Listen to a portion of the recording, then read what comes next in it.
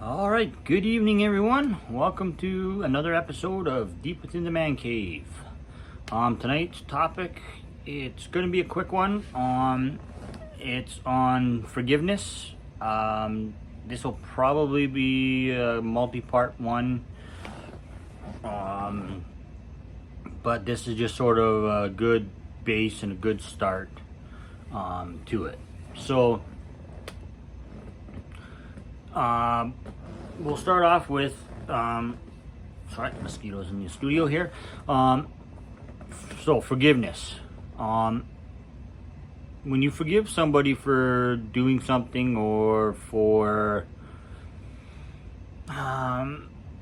something that has happened to you, whether you know the person or not, and it has had a negative effect in your life or has changed your life dramatically, like a car accident where you become paralyzed or something like that, or you lose the loved one or anything like that. It doesn't even have to be that dramatic, but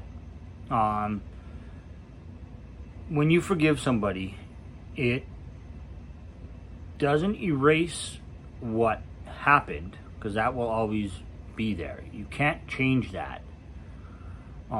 It just means that you choose to focus your energy on you and moving forward to better your life and not letting what happened hold you back any farther.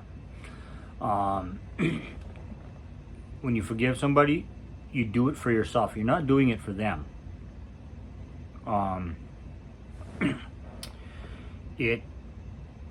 When you hate somebody for doing something and you want to get them back, or you want to tell their friends, or every time you see said person you feel rage boiling up, or whatever it is for you, that all that energy that you're putting forward to, wanting to beat this person up or whatever it is, fueled by hate, that's negative energy. And negative energy takes way more out of a person than positive energy. To be positive and do good, the more you do it, the easier it becomes, and it comes natural. It doesn't take effort, but the negative stuff consumes your mind. It can prevent you from getting a good sleep, which then in turn affects your day-to-day if it keeps on going and going. Some people don't forgive people for a lifetime, but then they haven't moved past what has happened. What has happened doesn't go away, and you're not forgiving the person and then becoming best friends with them. You don't have to invite them over for dinner the next day or whatever, and everything is all good. It just means that you are not giving them any energy anymore. They're not worth it. They're not worth harboring resentment and anger and frustration. It's not worth losing sleep. It's not worth damaging your health, that kind of stuff. You can, from what I've read and what I've heard and seen on some YouTube videos and other podcasts and stuff like that, it's almost as if you reverse the aging thing, because when you harbor such resentment and anger towards a person, it consumes you, and you're putting so much of your energy in it. It does affect all your other personal relationships. anything like that can turn you bitter. Then you don't have people around, people don't want to be around you anymore, and then that hurts even more, so you get even more angry, and you put all this stuff, and then you just get your body, your mind, like everything, you get tired. You don't even know it, but you get tired. And when you forgive and decide to leave positive and use that energy that you would have spent harboring resentment and anger, you use that to bettering your life and carrying on, no matter what it is. Not feeling sorry for yourself anymore, and carrying on and enjoying your life as you should.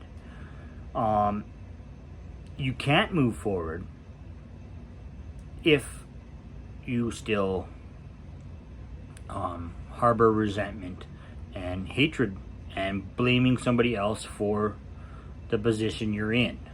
So, for example, and this one's pretty graphic,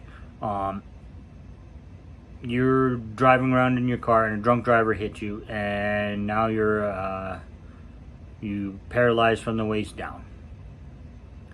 That sucks. It's horrible. There isn't really anything you can do. Unless you somehow get a hold of Elon Musk and create a time machine and go back in time, you can't really do anything about it. Yes, it sucks. Yes, your life has changed dramatically. But your life isn't over.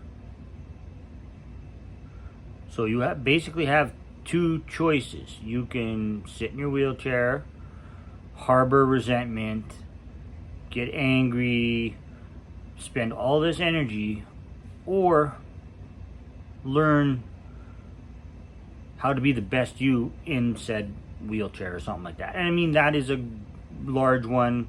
It happens every day to people out there. Oops. But it could be a best friend, like stealing money from you, somebody that you trusted. It's a number of things that can happen. And if you live a life of forgiveness, it's not excusing that person for what they've done. You're just not giving them any more energy, which in turn allows you to move forward. And you move forward, you better your life, you find new things. You don't have to deal with that hatred and resentment anymore. You can't, like I said, unless you have a time machine, you can't change it. So you can move forward or stay in the same area that you're in, and that is not a very fun place to be in. For a little thing on me, when my parents separated and my dad went to school, I was pissed off. I was angry. I was hurt. I was mad at him for leaving us. And then I harbored that for such a long time. And then when we had a good relationship, once he came back, we did family dinners every week. We did lots of stuff together. We went on camping trips and all that stuff, but I was still angry. I didn't realize I was still angry, but I was still angry.